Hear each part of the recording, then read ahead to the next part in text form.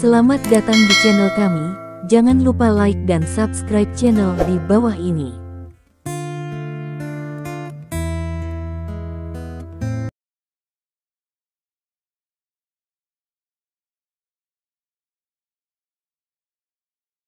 Bab 2731.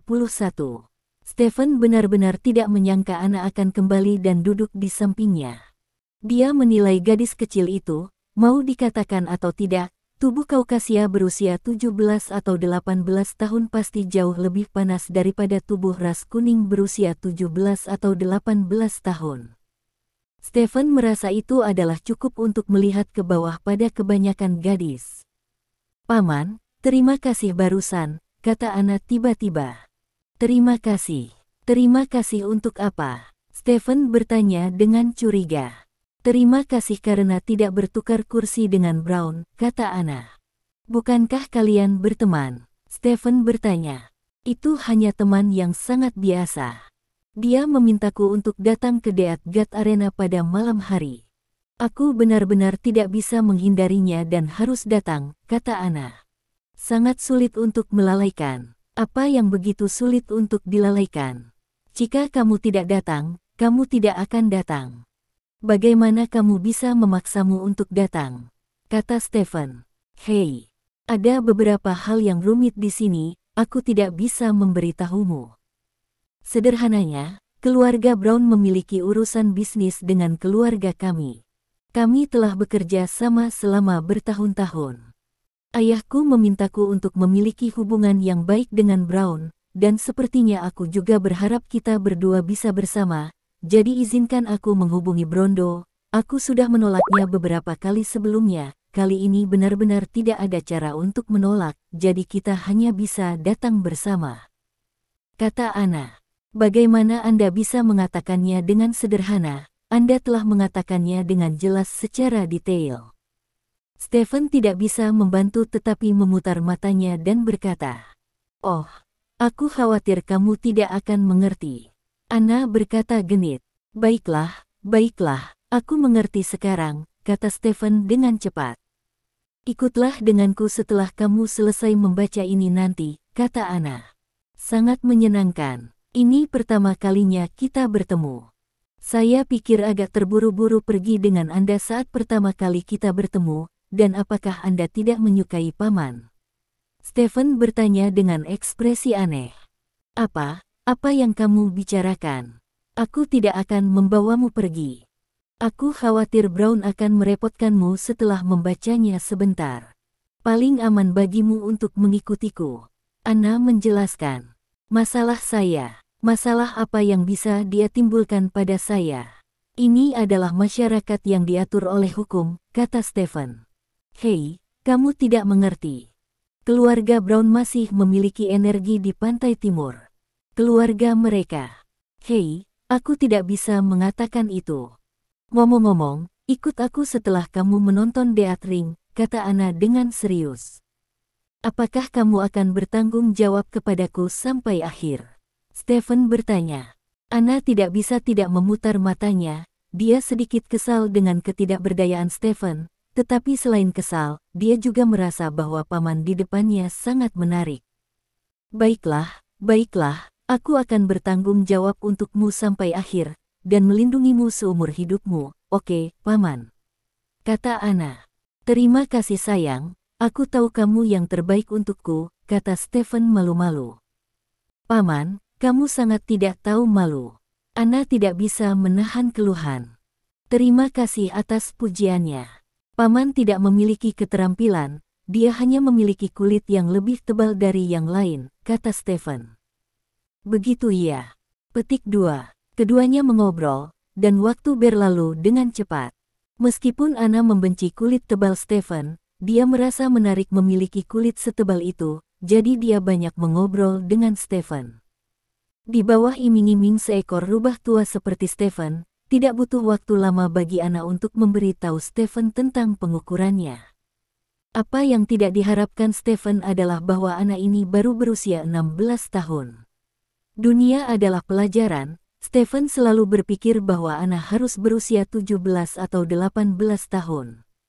Lagi pula, Tubuh dan pakaiannya adalah apa yang seharusnya dimiliki oleh seorang anak berusia 17 atau 18 tahun, tetapi dia tidak menyangka bahwa dia hanya 16 tahun.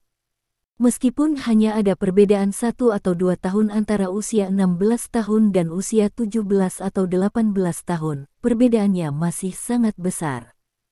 16 akan memberi orang perasaan seperti kuncup bunga, sedangkan 17 atau 18 tahun adalah bunga yang mekar. Bab 2732. Stephen merasa bersalah karena menggoda seorang gadis berusia 16 tahun. Tapi menurut hukum bintang dan garis, 16 tahun. Sepertinya itu bukan tidak mungkin.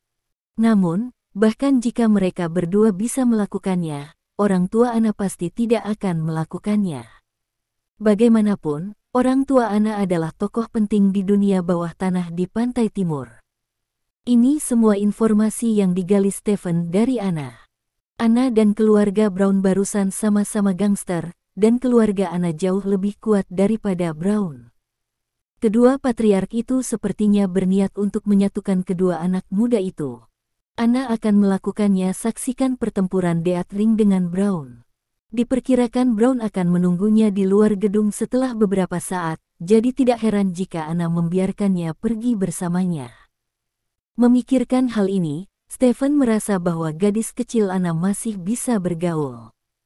Meskipun dia berasal dari keluarga dunia bawah, dia tidak licik dan cukup baik. Keduanya mengobrol di sini, dan di ruang pengawasan di sebelah ring tinju, seorang pria berdiri di depan pengawasan dan mengawasi. Setelah lama menonton, dia mengulurkan tangan dan mengklik beberapa orang di layar di depannya. Perhatikan saja orang-orang ini, kata pria itu. Ya, bawahan yang berdiri di sebelahnya mengangguk. Bos, apakah orang ini butuh perhatian? Seseorang menunjuk ke arah Stephen di layar. Seorang wanita, tidak ada yang layak diperhatikan. Pria itu menggelengkan kepalanya. Oke, titik. Waktunya tiba pukul 8. Dengan tuan rumah mengambil alih panggung, Reaper Arena hari ini resmi dibuka. Ada beberapa pertempuran yang diatur hari ini, beberapa pertempuran di mana mereka pertama kali memasuki arena kematian, dan beberapa seperti Baolei yang berpartisipasi di dalamnya. Acara utama adalah pertempuran badai, yang dijadwalkan untuk yang terakhir, akan ada total 5 pertempuran sebelum pertempuran badai. Tidak banyak pertempuran, total 6, yang juga berarti 6 orang akan mati di sini malam ini. Ini adalah hal yang tak terhindarkan. Aturan arena kematian adalah begitu Anda berdiri di atasnya, Anda harus bertarung sampai mati. Bahkan jika Anda tidak ingin membunuhnya, Anda harus membunuhnya, karena pertempuran tidak akan berakhir sampai pertarungan belum berakhir. Suasana di tempat kejadian sudah agak panas saat ini. Stephen menemukan bahwa banyak orang berdiri dengan penuh semangat, dan mata merah bahkan terlihat di mata orang-orang ini, seolah-olah mereka telah disuntik dengan stimulan. Stephen tiba-tiba memikirkan apa yang dikatakan Zhu di sebelumnya. Sebelum jus buah menjadi populer, sebenarnya tidak banyak peserta di Reapers Arena, dan tingkat kehadiran setiap pertandingan hanya sekitar 60 hingga 70%. Setelah jus buah menjadi populer, jumlah peserta di Reapers Arena langsung meningkat. Beberapa kali, dulu bagus untuk melakukan 1 pertempuran sehari, tetapi sekarang sering ada 5 atau 6 pertempuran sehari. Banyak orang lebih percaya diri karena jus, dan kemudian berdiri di atas cincin kematian, dan beberapa orang menggunakan cincin kematian untuk melampiaskan hati mereka dan membunuh orang. Tingkat kehadiran Reaper Arena telah berubah dari 60% menjadi 70% menjadi 100%, kadang-kadang bahkan melebihi 100%. Stephen merasa bahwa Reaper Arena mungkin merupakan miniatur versi dunia saat ini, dan gelombang kekuatan telah membuat orang niat membunuh di hati mereka meluap secara sembrono, dan orang-orang secara misterius mendapatkan kepercayaan pada diri mereka sendiri. Dan kemudian semua jenis insiden kekerasan meningkat di bawah dorongan kepercayaan seperti itu. Tren umum telah terbentuk, dan Stephen memahami bahwa dalam perang dengan pohon kehidupan, dia mungkin telah kalah. Apa yang kamu pikirkan, Paman? Anna di samping melihat Stefan dengan bingung, dan bertanya dengan rasa ingin tahu. Apakah aku memikirkanmu? Stefan berkata sambil tersenyum. Pergilah, apa menurutmu aku gadis yang tidak mengerti apa-apa? Aku tepat di depanmu, apa yang bisa kamu lewatkan dariku? Huff, mulut laki-laki adalah hantu penipu, kata Anna dengan bangga. Meskipun kamu di depanku, kamu mengenakan pakaian, tetapi dalam pikiranku, kamu tidak mengenakan apa-apa, kata Stefan dengan sedih. Kamu sangat celaka. Anna mencubit Stefan dengan marah. Stefan terkekeh, dan mengalihkan perhatiannya ke cincin kematian. Tuan rumah mengatur suasana di arena untuk sementara waktu, dan ketika suasana hampir sama, kontestan kelompok pertama memasuki panggung. Ini adalah dua pemula, tetapi kekuatan mereka tidak lemah, karena tidak ada yang akan mengolok-olok hidup mereka sendiri. Menurut pengantar pembawa acara, kedua orang ini ternyata adalah master lama di aliansi UKC, dan masing-masing dari mereka adalah pembangkit tenaga listrik tingkat dewa perang. Pertarungan yang begitu kuat ditakdirkan untuk menjadi sangat mengasyikkan. Faktanya persis sama. Keduanya bertarung head-to-head selama lebih dari setengah jam sebelum akhirnya menentukan pemenang, yang kalah langsung diperas dari salib dan mati di atas ring. Setelah pertempuran pertama berakhir, sorak-sorai terdengar dari tempat kejadian. Pemenang berteriak dengan tangan penuh di arena, menikmati sorakan semua orang untuknya, sementara yang kalah berubah menjadi mayat dingin dan terbawa arus, menghilang dari dunia ini sejak saat itu. Ini sangat menyedihkan. Anna menghela nafas sambil menggelengkan kepalanya. Ini adalah kekejaman dari cincin kematian. Dari dua orang yang berdiri di atas cincin, salah satunya akan mati, kata Stefan dengan tenang. Aku tidak menyukainya, kata Anna. Tapi kamu seharusnya melihat orang mati, kan? Stefan bertanya. Ya. Anna ragu sejenak, lalu mengangguk. Stefan tidak banyak bicara, dan fokus pada pertempuran berikutnya. Satu pertempuran mengikuti yang lain, dan lebih dari 2 jam kemudian, 5 orang telah jatuh di arena kematian. Darah menodai tanah arena kematian menjadi merah, dan bau darah keluar, membuat banyak orang yang haus darah semakin bersemangat. Kemudian, pembawa acara datang ke panggung. Selanjutnya, ini akan menjadi pertarungan besar kita malam ini.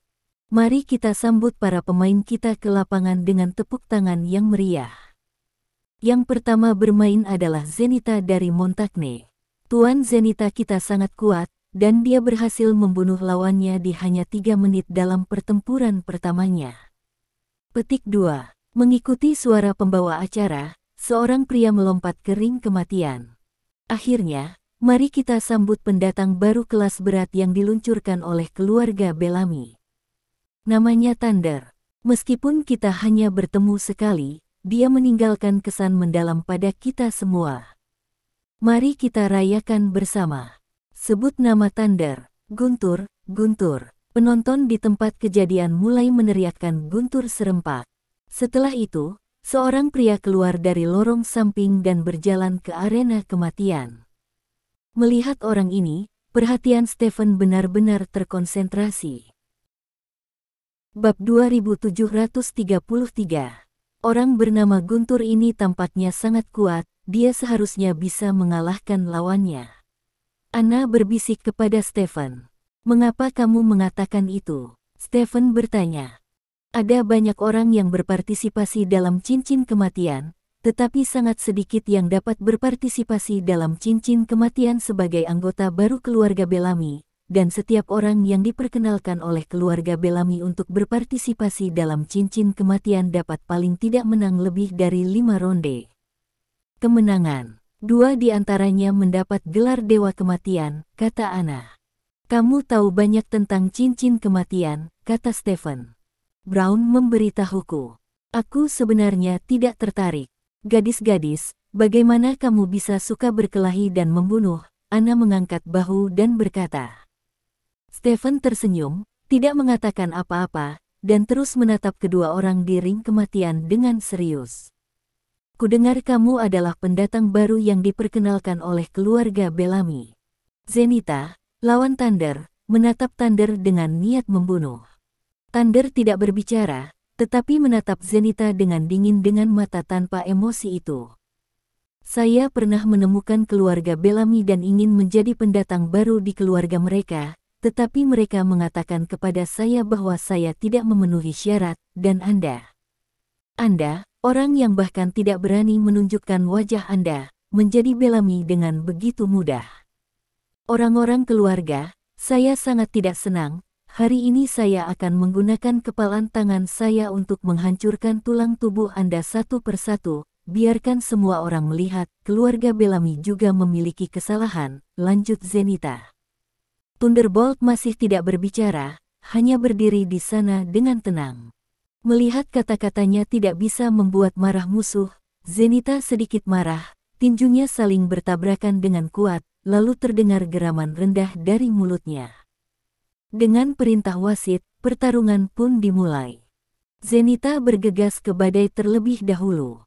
Kecepatan Zenitha sangat cepat, dan di mata Stephen, dia telah melampaui banyak prajurit. Jelas, Zenitha ini cukup kuat untuk dikanonisasi dalam Perang Suci 2 tahun lalu. Dalam sekejap mata, Zenitha sudah sampai di depan badai petir. Serangkaian serangan sengit mengarah ke badai petir seperti ini. Guntur diam dan tidak menyerang. Saat serangan Zenitha datang, tubuhnya mulai bergetar. Suara mendesing. Suara tinju Zenitha yang menembus udara cukup keras untuk menunjukkan kekuatan tinju Zenitha. Namun meski begitu, tidak ada tinju Zenitha yang menghantam badai. Guntur terus mengelak, dan Zenitha tidak menyentuhnya sekalipun. Sungguh kemampuan menghindar yang cepat, Anna berkata dengan ngeri. Stephen tidak berbicara, tetapi menatap langsung ke badai petir. Kecepatan badai sangat cepat, dan telah melampaui banyak orang. Namun meski begitu, dia tidak bisa memastikan bahwa badai ini adalah Raja Naga Hitam. Pada saat ini, badai petir melanda. Tangannya meledak, berubah menjadi beberapa bayangan tinju di udara. Bang bang bang, ada suara teredam. Sebelum semua orang melihatnya, Zenitha dikirim terbang. Ini belum berakhir, badai petir berakselerasi dan melesat menuju Zenitha yang terbang. Saya tidak tahu berapa banyak tinju yang jatuh di tubuh Zenitha. Banyak orang di tempat kejadian melebarkan mata mereka dengan ngeri. Cepat, terlalu cepat. Kecepatan badai itu terlalu cepat. Dalam sekejap, tubuh Zenitha jatuh ke tanah. Darah menyembur dari mulut, hidung, dan telinga Zenitha. Thunder berdiri di depan Zenitha, menatap Zenitha. Zenitha memandang badai itu dengan lemah. "Kamu, siapa kamu?" tanya Zenitha dengan suara bergetar. Menurutnya, orang yang bisa membuat dirinya kalah tanpa kekuatan untuk melawan seharusnya bukan orang yang tidak dikenal, jadi orang yang disebut badai ini pasti orang kuat yang terkenal. "Saya badai petir." Badai mengatakan kalimat seperti itu. Mendengar kalimat ini, murid Stephen tiba-tiba menyusut. Suara ini jelas merupakan suara Raja Naga Hitam. Kemudian menghubungi berbagai metode ofensif badai petir sebelumnya, Stephen dapat yakin bahwa petir di depannya pasti adalah Raja Naga Hitam. Tapi mengapa Raja Naga Hitam berubah menjadi badai petir? Mengapa dia terlibat dengan keluarga Bellamy? Stephen memiliki banyak pertanyaan yang muncul di benaknya. Saat ini, badai petir di cincin kematian mengangkat kakinya dan menendang Zenitha ke tanah. Memanggil. Tubuh Zenitha terbang puluhan meter di udara, menabrak dinding yang jauh dengan keras, dan kemudian jatuh ke tanah. Staf bergegas. Tidak lama kemudian, staf di lokasi berteriak, "Zenitha meninggal, badai petir menang." Terdengar sorak-sorai di tempat kejadian. Sangat kuat, Anna tidak bisa menahan diri untuk berkata. Bab 2734. Ini sangat kuat. Stephen mengangguk. Di arena kematian, Thunderbolt melirik ke semua orang, lalu berbalik dan keluar dari arena kematian. Pembawa acara naik ke atas panggung dan mengumumkan bahwa cincin kematian hari ini telah berakhir dengan sukses. Orang-orang mulai pergi dengan tertib. Stephen berdiri dan melambai ke arah Judy yang berdiri di depan pintu di kejauhan. Judy segera berlari. Saya mendengar bahwa tiket emas hitam memiliki kesempatan untuk berfoto dengan para kontestan. Tanya Stephen. Ah, ada pepatah mengatakan, dengan siapa kamu akan berfoto? Tanya Judy. Saya ingin berfoto dengan Bao Lei, kata Stephen. Oke, kalau begitu aku akan membantumu berkomunikasi, tolong tunggu sebentar. Kata Judy, lalu berbalik dan berjalan menuju staf di sebelahnya. Kamu masih ingin berfoto dengan mereka? Aku tidak menyangka kamu akan menjadi penggemar pertempuran, kata Anna terkejut. Kamu juga mengatakan bahwa Thunderbolt ini sangat populer. Lebih mudah berfoto dengannya sekarang daripada berfoto dengannya nanti ketika dia menjadi populer, kata Stephen sambil tersenyum. Apa yang kamu katakan sepertinya masuk akal, jadi aku juga ingin berfoto denganmu, kata Anna. Kalau begitu bergiliran, kata Stephen. Oke. Tidak lama kemudian, Judy menemukan Stephen. Tuan Bruce, saya sudah berkomunikasi dengan keluarga Bellamy, dan mereka menyetujui permintaan Anda untuk foto grup, tetapi Anda harus menunggu di ruang belakang panggung sebentar, kata Judy. Oke. Stephen mengangguk, lalu pergi ke ruang belakang panggung bersama Judy dan Anna. Selain mereka, ada beberapa orang lain di belakang panggung yang semuanya adalah pemegang tiket emas hitam. Orang-orang ini juga sepertinya ingin berfoto bersama. Aku tidak tahu seperti apa wajah di bawah perban badai itu, kata Anna ingin tahu. Lihat matanya, wajahnya seharusnya tidak buruk, kata Stephen. Benarkah? Jika itu pria tampan, maka aku harus menanyakan informasi kontaknya, kata Anna sambil tersenyum. Bukankah buruk mengatakan itu di depan kekasih lamaku? Stephen mengerutkan kening. Kekasih tua apa? Kamu tidak terlihat sangat baik, tapi kamu pikir itu cantik. Aku sama sekali tidak tertarik pada paman, Anna menggelengkan kepalanya. Lalu bisakah aku tertarik padamu? Stephen bertanya. Kalau begitu aku tidak peduli, tapi orang yang tertarik padaku bisa diranking dari pantai timur sampai pantai barat.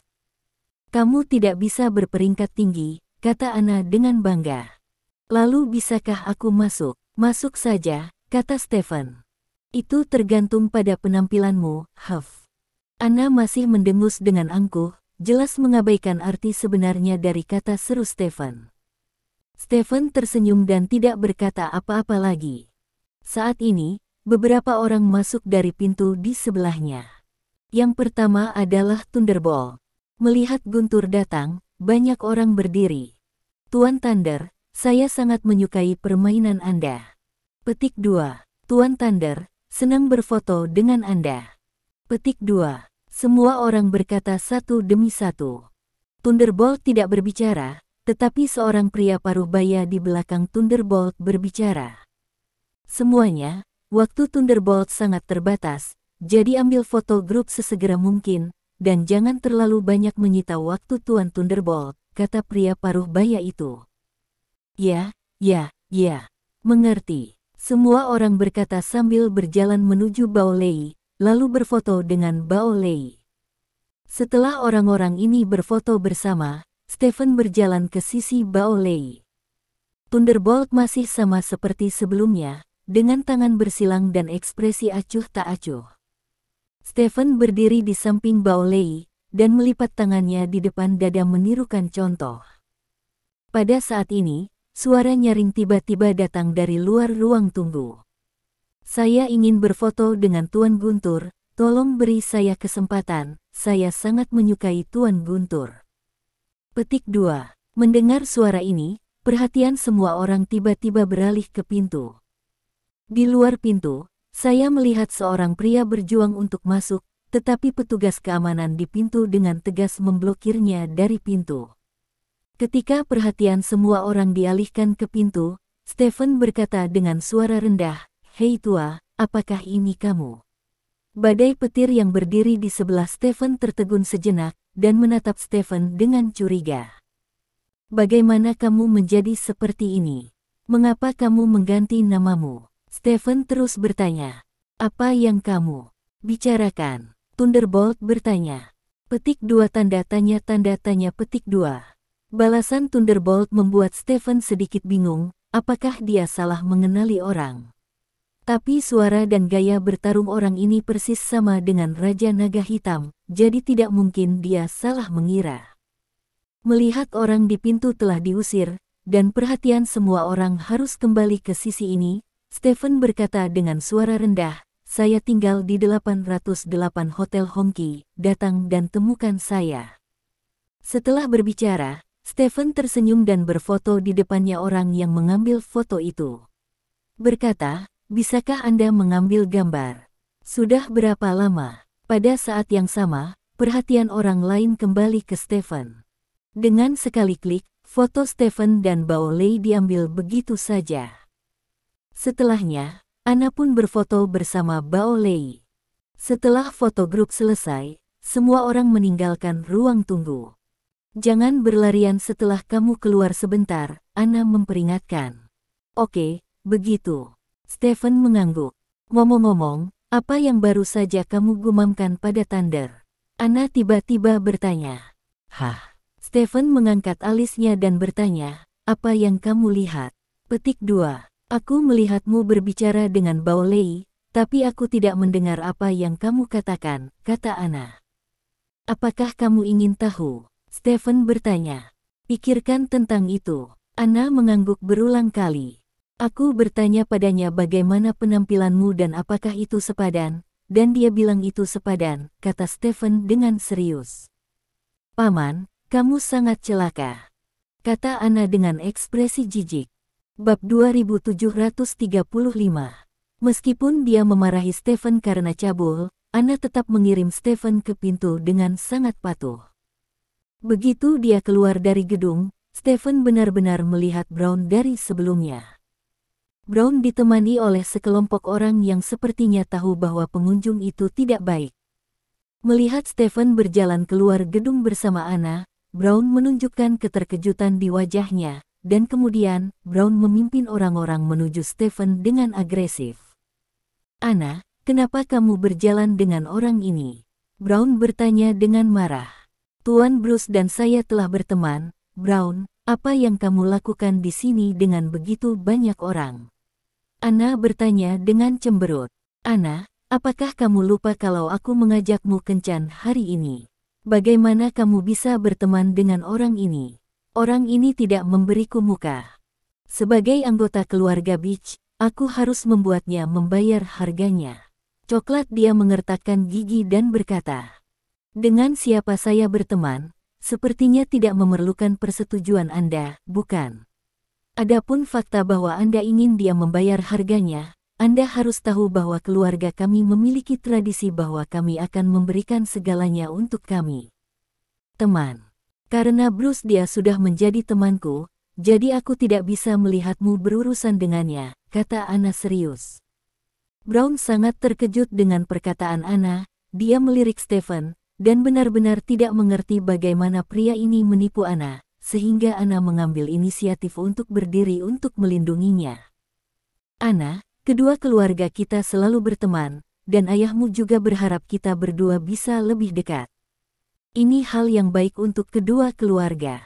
Dia hanya orang yang baru saja kamu temui malam ini, dan dia mempermalukanmu sebelumnya. Mengapa kamu melawanku untuk orang seperti itu?" Brown bertanya. "Faktanya, kamulah yang pertama kali kasar kepada orang lain, Brown. Kamu harus tahu bahwa aku tidak suka pria yang menggertak orang lain. Meskipun Bruce dan aku baru saja bertemu, menurutku dia baik, meski agak celaka," kata Ana. "Sedikit celaka." Brown memandang Stephen. Umumnya, para gadis akan mengatakan bahwa seseorang itu agak celaka, maka dia pasti telah melakukan beberapa tindakan celaka. Ketika dia mengira pria ini tidak hanya mempermalukan dirinya sendiri, tetapi juga bertindak tidak senonoh terhadap wanita yang disukainya, Brown menjadi semakin marah. "Ana, aku harus membuat orang ini membayar harganya hari ini. Jangan khawatir, aku tidak akan membunuhnya. Aku hanya perlu dia berlutut dan meminta maaf kepadaku, dan biarkan aku menamparnya beberapa kali," kata Brown. "Kalau begitu aku akan meletakkan kata-kataku di sini. Bruce adalah temanku, kamu tidak boleh menyentuhnya," kata Anna dengan tegas. "Anna, apakah kamu tidak takut aku akan memberitahu ayahmu tentang ini? Jika kamu memberitahu dia bahwa kamu bertengkar denganku karena pria parubaya yang aneh, dia akan sangat marah," kata Brown dengan gigi terkatup. "Hal yang aku buat dia marah tidak buruk. Kamu teruskan dan katakan yang sebenarnya." "Brown, meskipun kamu lebih tua dariku, kamu masih mengeluarkan perasaan kekanak-kanakan. Aku tidak suka kamu seperti ini. Jika kamu benar-benar ingin aku lebih menyayangimu, kamu harus lebih dewasa," kata Anna dengan serius. "Apakah kamu menyebutku naif?" Brown bertanya dengan marah. "Itu bisa dipahami dengan cara ini. Hanya saja itu tidak mengikuti maksudmu sama sekali. Kamu membawa begitu banyak orang untuk memblokir pintu orang. Kamu menafsirkan kata intimidasi secara ekstrim. Ini salah. Meskipun keluargamu kuat, saya pikir Anda tidak boleh menggunakan kekuatan Anda untuk melawan orang biasa," kata Anna. Mendengar kata-kata Anna, Stephen memandang gadis berusia 16 tahun ini dengan kagum. Bahkan orang dewasa pun ingin menindas orang lain setelah mereka memiliki kekuatan, tetapi seorang gadis berusia 16 tahun seperti Anna memiliki pandangan seperti itu tentang intimidasi. Pemikiran seperti itu ranahnya memang agak tinggi. "Apakah kamu yakin harus mengurus ini?" Brown bertanya. Tentu, sangat yakin." Anna mengangguk. "Berdasarkan beberapa orang yang kamu bawa, apakah kamu pikir kamu bisa menghentikanku?" Brown bertanya. "Kalau begitu kamu bisa mencobanya," kata Anna dengan wajah cemberut. Coba saja, persetan denganku, tangkap pria ini, dan berikan Anna padaku," kata Brown sambil mengulurkan tangan untuk meraih Anna, mencoba menangkapnya. Anna mundur, menghindari tangan Brown, lalu langsung merogoh tasnya, mengeluarkan belati darinya, dan mengusap tangan Brown. Brown sedang berpikir untuk mengendalikan Anna saat ini, tetapi tanpa diduga Anna keluar dengan membawa pisau, dan tanpa ragu, belati di tangan Anna langsung memotong telapak tangannya. Bab 2736. Darah mengalir dari luka dalam sekejap. "Anna, kamu bajingan." Brown memandang Anna dengan marah dan berteriak, "Beraninya kamu menyakitiku. Apakah kamu ingin kedua keluarga kita berperang?" Anna mengangkat bahu dan berkata, "Kamu harus merentangkan tangan, kemarilah, salahkan saya." "Oke, sangat bagus, karena Anda bersedia menyerang saya untuk orang ini, maka saya tidak ingin mengatakan apa-apa lagi. Saya akan melaporkan masalah ini kepada ayah saya dan ayah Anda dengan jujur. Saya akan membiarkan mereka berdua menilai siapa yang benar dan siapa yang salah." Brown menggertakkan giginya dan memandang Stephen setelah mengucapkan kata-kata ini, lalu melanjutkan, "Aku tidak tahu retorika macam apa yang kamu gunakan untuk menipu Anna, tapi aku bisa memberitahumu terlebih lagi, kamu sudah selesai. Aku hanya ingin memberimu sedikit pelajaran. Sekarang ya, tunggu saja, aku akan menemukanmu." Setelah mengatakan ini, Brown berbalik dan pergi bersama anak buahnya. Melihat Brown pergi, Anna melengkungkan bibirnya, lalu berkata kepada Stephen, "Ayo pergi, Paman, aku akan mengantarmu ke hotel. Kamu harus meninggalkan kota Windsor besok secepat mungkin." Brown berpikiran sempit, dan dia ditangkap lagi hari ini. "Aku mencakarnya, dia tidak berani melakukan apapun padaku, tapi dia pasti akan melampiaskan amarahnya padamu. Apakah kamu selalu membawa pisau saat keluar?" Stephen melihat pisau di tangan Anna dan bertanya dengan rasa ingin tahu. "Ini adalah tradisi di keluarga kami," kata Anna sambil memasukkan pisau ke dalam tasnya. "Dengan begitu banyak pengawal, kamu tidak memiliki banyak kesempatan untuk menggunakan pisau. Jika kamu benar-benar perlu menggunakan pisau sendiri, arti pisau itu seharusnya tidak bagus," kata Stephen. "Ya, jadi pisau ini untukku sendiri, dan waktunya hampir habis." Sudah waktunya bagi kita untuk berpisah. Kau harus membawa mobil untuk mengantarmu kembali ke hotel. Tanya Anna. Di mana kamu tinggal? Stephen bertanya. Saya tinggal di sana, jaraknya lebih dari 1 kilometer dari sini. Saya akan berjalan ke sana sekitar 10 menit. Saya akan berjalan kembali, kata Anna. Oh, kalau begitu aku akan memberimu tumpangan. Lagi pula, menganggur adalah menganggur, kata Stephen. Kamu mengirimku, Paman, kamu tidak memikirkanku hanya karena aku menyelamatkanmu, kan? Aku baru berusia 16 tahun, kata Anna terkejut. Di Stars and Stripes Anda, tampaknya seorang gadis berusia 16 tahun bisa jatuh cinta. Tanya Stephen. Aku sudah jatuh cinta sejak umur 13 tahun, meski hanya berpegangan tangan, kata Anna. Itu dia, usia bukanlah masalah. Stephen tertawa. Itu bukan masalah untukmu, tapi untukku. Paman, kita masih harus sadar diri. Lagi pula, kamu sudah sangat tua. Jangan pikirkan itu, jadilah baik. Anna membujuk dengan sungguh-sungguh. Stephen tersenyum, melirik ke kejauhan tidak jauh, dan kemudian berkata, kamu harus selalu memiliki mimpi, jika tidak, apa perbedaan antara kamu dan ikan asin? Meskipun saya tua, hati saya kecil. Ya, saya percayalah bahwa selama kamu mengenalku lebih baik, kamu akan tahu bahwa aku baik. Tidak akan memberimu kesempatan, nilai kita terlalu berbeda, jika aku memberimu kesempatan, aku akan menyakitimu. Kata Anna. Mengapa kamu mengatakan itu? Stephen bertanya dengan curiga. Seorang gadis cantik sepertiku tidak bisa ditangani oleh paman yang berminyak sepertimu. Ketika saatnya tiba, aku akan pindah, jadi kamu tidak akan menjadi anak yang pendendam lagi. Anna menepuk bahu Stephen dan berkata, masuk akal, maka aku akan bekerja lebih keras untuk membuatmu menyerah padaku, kata Stephen dengan serius. Sedikit, tidak tahu malu, ayo pergi. Anna menjulurkan lidahnya pada Stephen, lalu menoleh dan berjalan ke depan. Stephen tersenyum dan berjalan maju bersama. Hari sudah larut malam. Hampir tidak ada orang di pinggir jalan. Stephen dan Anna berjalan menuju hotel di bawah pengawalan para penjaga. Keduanya mengobrol santai, dan suasana di antara mereka sangat harmonis.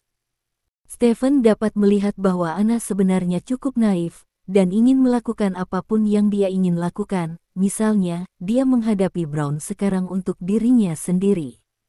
Masuk akal jika keluarga Brown sering melakukan kerja sama bisnis dengan keluarga mereka, dan kedua belah pihak masih memiliki ide untuk menikah, jadi dia tidak bisa menandingi Brown demi dirinya sendiri. Cocok, tetapi mereka juga menggores Brown. Perilaku mengabaikan kepentingan keluarga ini secara alami sangat naif, tetapi juga menggerakkan Stephen. Justru karena sentuhan inilah Stephen bersedia menemani Anna dalam perjalanan ini. Beberapa menit kemudian, hotel muncul di hadapan mereka berdua. Aku harus mengatakan, Paman, kamu sangat pandai menyenangkan gadis-gadis. Hanya mengobrol sebentar denganmu, aku merasa sedikit sepertimu, kata Anna. Benarkah? Lalu mengapa kamu tidak mencari tahu lebih banyak lagi? Hotelnya ada di sini, kata Stephen. Keluar, aku berbicara tentang jenis kesukaan yang nyaman. Mengobrol denganmu seperti menggendong anjing kita di rumah, dan seluruh orang akan sangat santai, kata Anna. Jadi aku anjing? Stephen bertanya. Ya, benar, kata Anna serius. Kamu benar-benar menyakiti hati orang-orang. Stephen menghela nafas. Jangan sedih, peri kecil sepertiku ditakdirkan bukan milikmu, kata Anna dengan bangga. Stephen menggelengkan kepalanya, melihat ke samping, pupil matanya sedikit menyusut. Yang akan datang. Saat berikutnya, beberapa sosok bergegas keluar dari gang gelap di sebelah mereka dan bergegas menuju mereka. Bab 2737. Sosok yang keluar dari gang gelap sangat cepat, dan Stephen serta Anna berada sangat dekat dengan gang gelap. Ini adalah tempat yang bagus untuk penyergapan. Dalam sekejap mata, Orang-orang yang keluar dari gang gelap itu berada di sekitar Stephen dan yang lainnya. Stephen memperhatikan orang-orang ini sejak lama, jika tidak, dia tidak akan meminta untuk kembali ke hotel bersama Anna. Dia tidak tahu kekuatan pengawal dengan Anna, jadi dia hanya bisa memilih untuk kembali ke hotel bersama Anna, sehingga jika pengawal Anna tidak bisa melawan orang-orang ini, dia bisa melindungi Anna. Anna memiliki total 4 pengawal di sisinya, dan keempat pengawal ini masing-masing berdiri di depan, belakang, dan di kiri. Melihat musuh menyerang, keempat pengawal itu langsung merespon, dan semuanya berkonsentrasi ke sisi tempat musuh menyerang. Dalam sekejap, kedua kelompok pria dan kuda itu bertarung satu lawan satu, dan mereka bertarung bersama. Sepertinya ini bukan pertama kalinya Anna mengalami serangan, jadi dia bersikap sangat tenang, mengeluarkan lipstik dari tas jinjingnya, lalu merias wajahnya. Jangan khawatir, pengawalku sangat kuat, kita hanya perlu menunggu mereka sebentar, kata Anna sambil memakai lipstik. Apakah kamu tidak gugup sama sekali? Stephen bertanya dengan rasa ingin tahu. Saya telah diserang puluhan kali, jika tidak 100 kali, sejak saya masih kecil. Dalam waktu yang paling berbahaya, saya diikat ke mobil, tetapi pada akhirnya saya diselamatkan utuh, kata Anna. Lalu, apakah kepercayaan dirimu datang dari pengawalmu? Stephen bertanya. Tidak. Anna menggelengkan kepalanya, memandangi orang-orang yang bertarung dengan sengit dan berkata, aku tidak terlalu percaya diri, tapi aku tidak takut lagi, masalah besarnya adalah terbunuh, lahir dalam keluarga seperti kita. Dibunuh, diculik, kami telah membuat persiapan mental yang cukup untuk ini.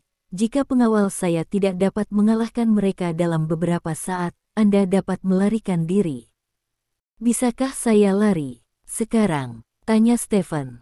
Kamu benar-benar anjing, Paman, orang-orangku berada di atas angin sekarang, tetapi kamu bisa pergi jika kamu mau, bagaimanapun, hotelnya ada di sini, kata Anna. Tidak apa-apa. Aku pergi dulu, Stephen berkata, dan bergegas ke samping. Melihat adegan ini, Anna tersenyum dan menggelengkan kepalanya. Dia tidak menyalahkan Stephen, dan dia bahkan tidak menunjukkan kekecewaan. Menurutnya, pria bernama Bruce ini sangat menarik, tetapi dia hanyalah orang biasa tidak peduli apa. Dalam menghadapi pemandangan seperti itu, wajar jika orang biasa lari ketakutan. Pertarungan berlangsung sangat sengit, dan akhirnya Anna berhasil membunuh semua penyerang setelah membayar harga luka serius pada dua pengawalnya. Atur seseorang untuk memeriksa asal-usul orang-orang ini, lalu laporkan ke ayahku. 2 orang yang terluka akan pergi ke hotel untuk perawatan, dan 2 lainnya akan mengikutiku kembali ke hotel. Setelah memberikan beberapa perintah sederhana di TKP, Anna berjalan menuju hotel menuju ke arah yang dituju. Di atap rumah tidak jauh dari Anna, Stephen berdiri di belakang pagar pembatas dan menyaksikan semua ini. Di kaki Stephen terbaring beberapa mayat. Itu bahkan denganmu, gumam Stephen, lalu berbalik dan berjalan menuju hotelnya. Sisi lain, lantai atas gedung tempat cincin kematian berada. Di ruang belajar, beberapa orang sedang duduk bersama. Orang-orang ini tua dan muda, laki-laki dan perempuan, dan masing-masing laki-laki memakai topi yang melambangkan keanggotaan keluarga Bellamy. Salah satunya memiliki pelek emas di topinya, yang artinya orang tersebut merupakan sosok penting di garis utama keluarga Bellamy. Hanya ada 3 orang di seluruh keluarga Bellamy yang bisa memakai topi berbingkai emas. Satu adalah patriark dari keluarga Bellamy, satu adalah putra dari patriark, dan yang lainnya adalah cucu dari patriark. Patriark keluarga Bellamy berusia 80-an, dan putra sang patriark berusia awal 60-an, dan pria yang duduk di sini baru berusia 30-an atau 40-an, sehingga identitasnya terungkap secara alami. Bab 2738. Orang ini bernama Charmaine Bellamy, satu-satunya cucu dari patriark keluarga Bellamy, dan calon pewaris keluarga Bellamy. Orang-orang yang duduk di sekitar Charmaine semuanya adalah orang kepercayaannya dan anggota senior keluarga Bellamy. Pada saat ini, pintu penelitian didorong terbuka. Seorang anggota keluarga Bellamy bergegas masuk. "Tuan, misinya gagal," kata bawahan itu. "Gagal?" Charmaine mengerutkan kening dan menatap bawahannya dan berkata, "Bagaimana itu bisa gagal? Kami mengatur begitu banyak orang dan membaginya menjadi 2 kelompok untuk memastikan tidak ada yang salah. Mengapa itu gagal? Semuanya terbunuh. Titik. Pengawal Ana membunuh mereka, tetapi kelompok orang kedua tidak muncul, dan ketika kami menemukan mereka, mereka semua terbunuh," kata bawahan itu. "Apa?" Seorang kader senior keluarga Bellamy di sebelahnya berkata dengan tidak percaya, "Kelompok kedua terbunuh sebelum mereka melancarkan serangan. Apakah tidak ada yang selamat?" "Ya." Bawahan itu mengangguk. Titik. "Tuan, seharusnya tidak demikian. Menurut pengamatan kami, memang hanya ada 4 pengawal di sekitar Ana, dan tidak ada orang lain yang patut diperhatikan," kata kader senior dengan penuh semangat. "Sepertinya kita masih meremehkan anggota keluarga Vic." Charmaine mengerutkan kening. "Lalu apa yang kita lakukan sekarang?" Seseorang di sebelahnya bertanya.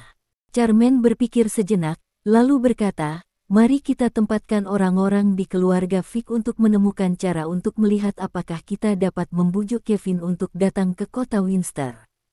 Lagi pula, putrinya diserang di sini. Jika kita bisa membujuk Ayo Kevin, maka masalahnya akan sederhana." Petik 2. Ya. Di sisi lain, Stephen kembali ke hotel tempat dia menginap setelah membantu Ana menangani penyerang yang bersembunyi di kegelapan. Setelah tinggal di hotel selama sekitar 1 jam, sesosok tubuh memasuki kamar Stephen melalui jendela. Melihat orang itu datang, Stephen tersenyum dan berdiri dari sofa. "Aku tahu kamu pasti akan datang, hei tua," kata Stephen. Orang yang datang tak lain adalah Guntur dengan perban di wajahnya. "Jangan panggil aku Old Black. Aku tidak tahu siapa kamu, dan aku tidak tahu latar belakangmu. Sebelum kamu menunjukkan bukti, aku tidak akan percaya apapun yang kamu katakan," kata Thunder dengan tenang. Titik. "Apakah kamu ingin bukti? Itu mudah. Kamu melepas perban di wajahmu," kata Stephen. "Kau yakin ingin melihat wajahku?" tanya Thunder. "Tentu saja, jika saya tidak melihat wajah Anda, bagaimana saya bisa memberi Anda bukti?" kata Stephen. Guntur ragu sejenak, lalu mengangkat tangannya dan melepaskan perban di wajahnya sedikit demi sedikit. Saat perban dilepas, ekspresi wajah Stephen menjadi sedikit bermartabat. Meskipun dia tahu situasi di wajah Thunderbolt melalui perspektif, dia masih terkejut ketika dia benar-benar melihatnya. Pada saat ini, perban di wajah Bao Lei telah dilepas seluruhnya, tetapi yang muncul di depan Stephen bukanlah wajah dingin dan tampan Raja Naga Hitam, melainkan wajah yang terdistorsi. Kecuali mata normal, bagian lain dari wajah ini terdistorsi, seolah-olah fitur wajah telah dilelehkan oleh suhu tinggi, dan orang dapat mengetahui bahwa mereka telah terluka parah sebelumnya. Namun, meski begitu, Stephen samar-samar bisa melihat bayangan Raja Naga Hitam dari fitur wajah yang terdistorsi ini. "Ada apa dengan wajahmu? Bagaimana jadinya seperti ini?" Stephen bertanya dengan wajah serius. "Itu terluka, dan terluka dengan kekuatan yang sangat menakutkan," kata Thunder. "Siapa yang menyakitinya?" Stephen bertanya. "Ini juga yang ingin saya ketahui. Jika Anda mengenal saya, tolong beritahu saya siapa saya, mengapa saya di sini, dan siapa yang melukai wajah saya," tanya Thunderbolt. Kamu disebut Raja Naga Hitam. Aku tidak tahu nama aslimu. Adapun mengapa kamu muncul di sini, dan siapa yang melukai wajahmu, aku juga tidak tahu." "Hei tua, jangan kamu tahu. Amnesia, kan?" Stephen berkata dengan penuh semangat. "Amnesia, itu benar. Otakku sedang kacau. Aku telah melupakan segalanya sebelum aku datang ke kota Winster," kata Thunder. "Aku benar-benar kehilangan ingatanku." Stephen tidak menyangka dia akan mengatakan itu, dan Raja Naga Hitam di depannya benar-benar kehilangan ingatannya. Tidak heran dia tidak dapat menemukannya. Naga hitam tidak muncul di titik kontak klan naga. Ya, saya kehilangan ingatan. Ketika saya bangun, saya terbaring di tempat pembuangan sampah di luar kota Winster. Saya menderita banyak luka. Keluarga Bellamy yang menyelamatkan saya, menyembuhkan luka saya dan menjadikan saya anggota keluarga mereka, kata Thunder. Kamu menjadi anggota keluarga mereka dengan mudah? Stephen bertanya dengan heran. Sebelum itu, saya melukai beberapa tuan dari keluarga mereka. Dikatakan bahwa mereka adalah tuan atas keluarga mereka, kata Thunder.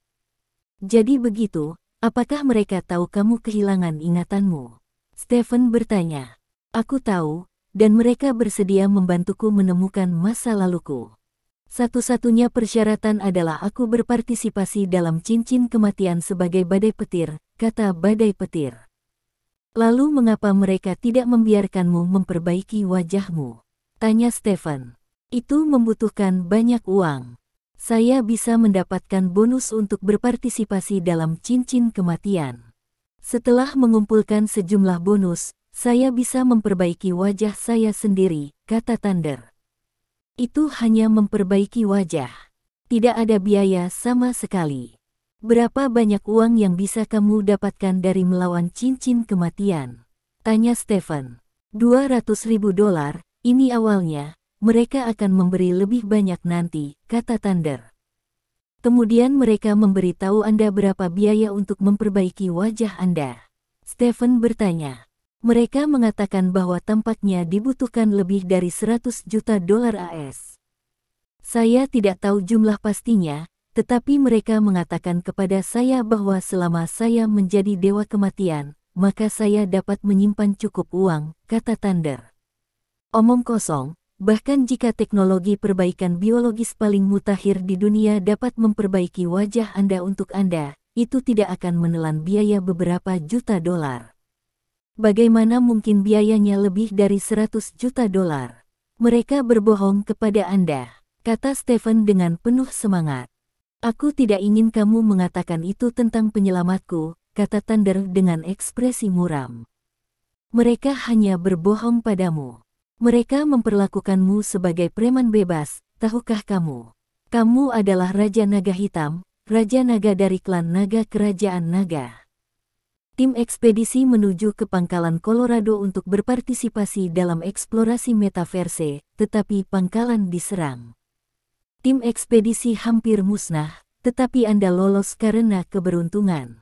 Saya mengerahkan tenaga besar untuk mencari Anda. Saya melihat orang yang mirip dengan Anda di atas ring, jadi saya datang di sini dan menemukanmu.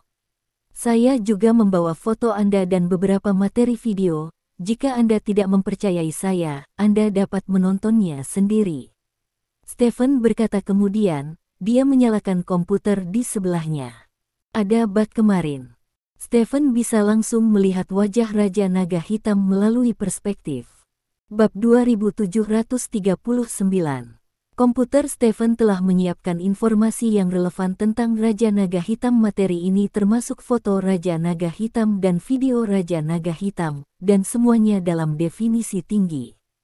Melihat pria tampan di layar, Thunder benar-benar tidak percaya bahwa ini adalah dia, dan yang terpenting, dia tidak memiliki kesan apapun tentang pria ini dan apa yang dia lakukan, seolah-olah dia sedang melihat orang lain. Aku tidak percaya ini aku. Thunder menggelengkan kepalanya. Dia adalah kamu. Meskipun kamu telah cacat, kamu masih memiliki bayangan Raja Naga Hitam. Selain itu, suaramu, postur tubuhmu, dan beberapa ciri gerakanmu tidak semuanya sama dengan orang-orang di sini. Dikatakan. Tidak, ini jelas bukan aku. Guntur terus menggelengkan kepalanya. Lalu bagaimana kamu percaya ini kamu?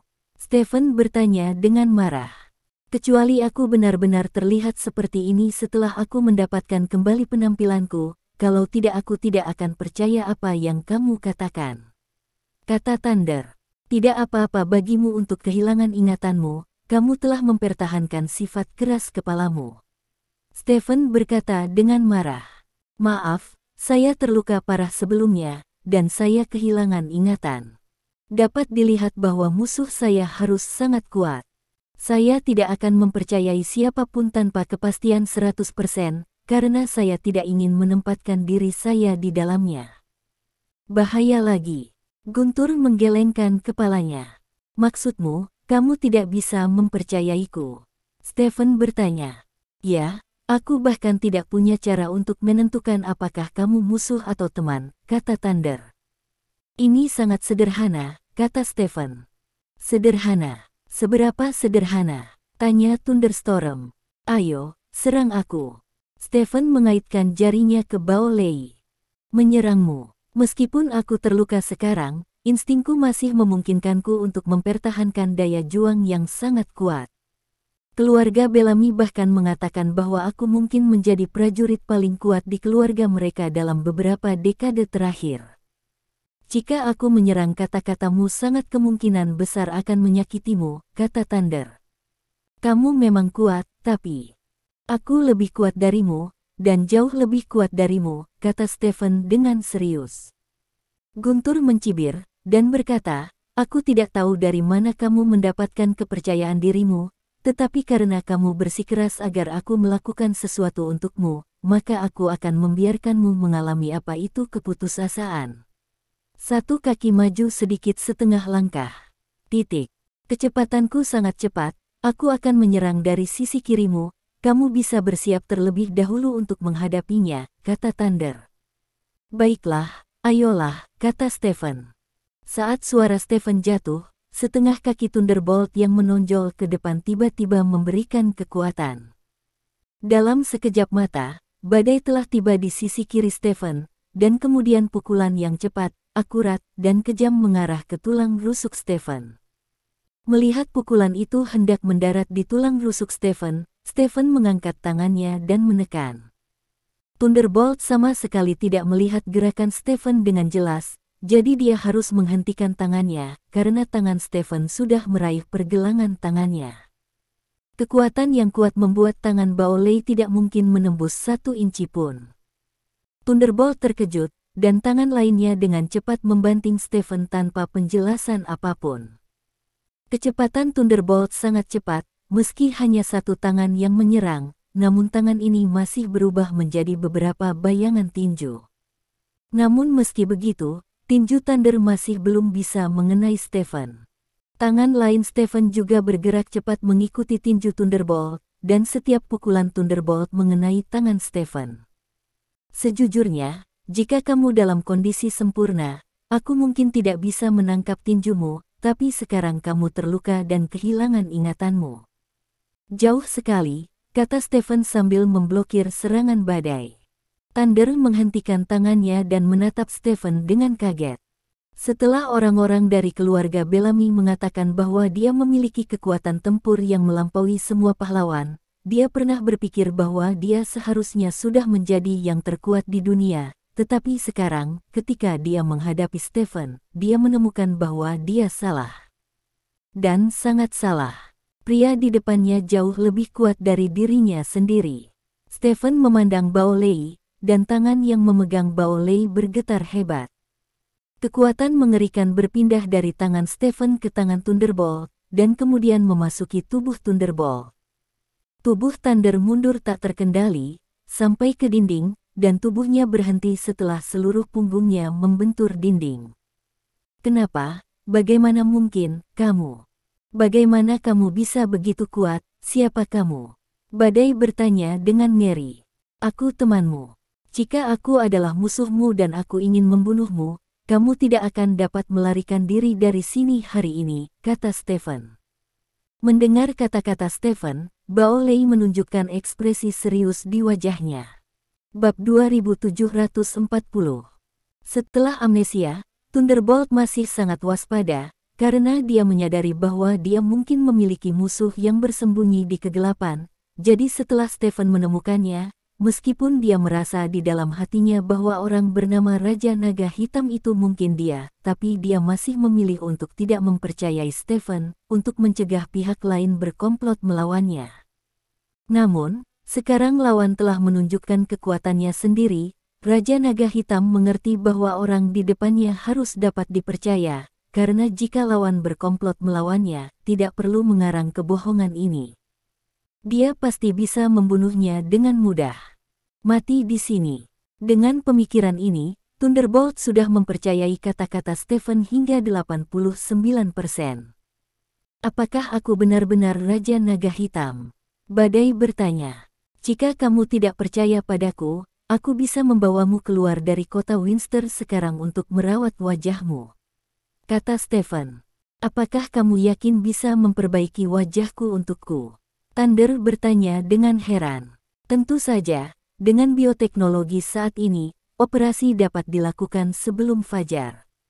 Meskipun mungkin butuh sedikit waktu untuk pulih sepenuhnya, seharusnya tidak ada masalah untuk pulih hingga 7 atau 8% seperti Anda sebelumnya, kata Stephen. Aku tidak bisa pergi denganmu sekarang. Thunder menggelengkan kepalanya. Mengapa? Stephen bertanya. Orang-orang dari keluarga Bellamy menyelamatkan saya. Saya berjanji untuk membantu mereka melakukan sesuatu besok. Mungkin saya bisa pergi setelah menyelesaikannya, kata Thunder. Meskipun mereka menyelamatkanmu, mereka juga memanfaatkanmu. Kamu tidak perlu bekerja keras untuk mereka, kata Stephen. Ini adalah dua hal yang berbeda. Tanpa mereka, aku mungkin telah menjadi makanan bagi serigala liar sekarang. Aku harus membalas budi penyelamatku, kata Thunder. Amnesia Anda termasuk amnesia, tetapi karakter ini tidak berubah sama sekali, tapi kota Winster adalah wilayah keluarga Bellamy. Tidak ada yang peduli dengan apa yang ingin mereka lakukan di sini. Apa lagi yang Anda butuhkan? Stephen tanya ingin tahu. Besok mereka akan melakukan langkah besar. Mungkin bukan hanya orang-orang di kota yang perlu ditangani, tetapi juga orang-orang di luar. Ketika Charmaine baru saja menemukanku, dia secara khusus mengatakan kepadaku bahwa lawan besok mungkin sulit. Biarkan mereka berspesialisasi orang yang mengingatkan saya tidak boleh sederhana, kata Thunder.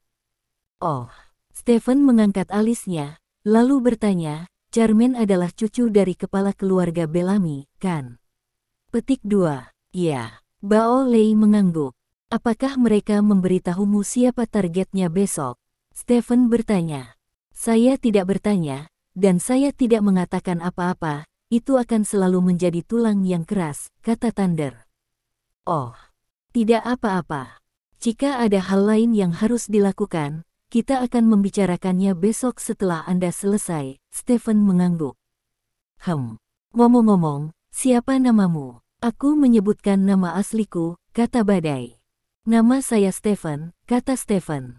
Stephen, saya ingat, bagaimanapun juga, Anda telah mengangkat lapisan kabut untuk identitas saya. Selama wajah saya kembali normal, Gurney Black Dragon King hampir sama, saya akan percaya semua yang Anda katakan, dan saya percaya bersedia bekerja sama Anda melakukan sesuatu, kata Thunder.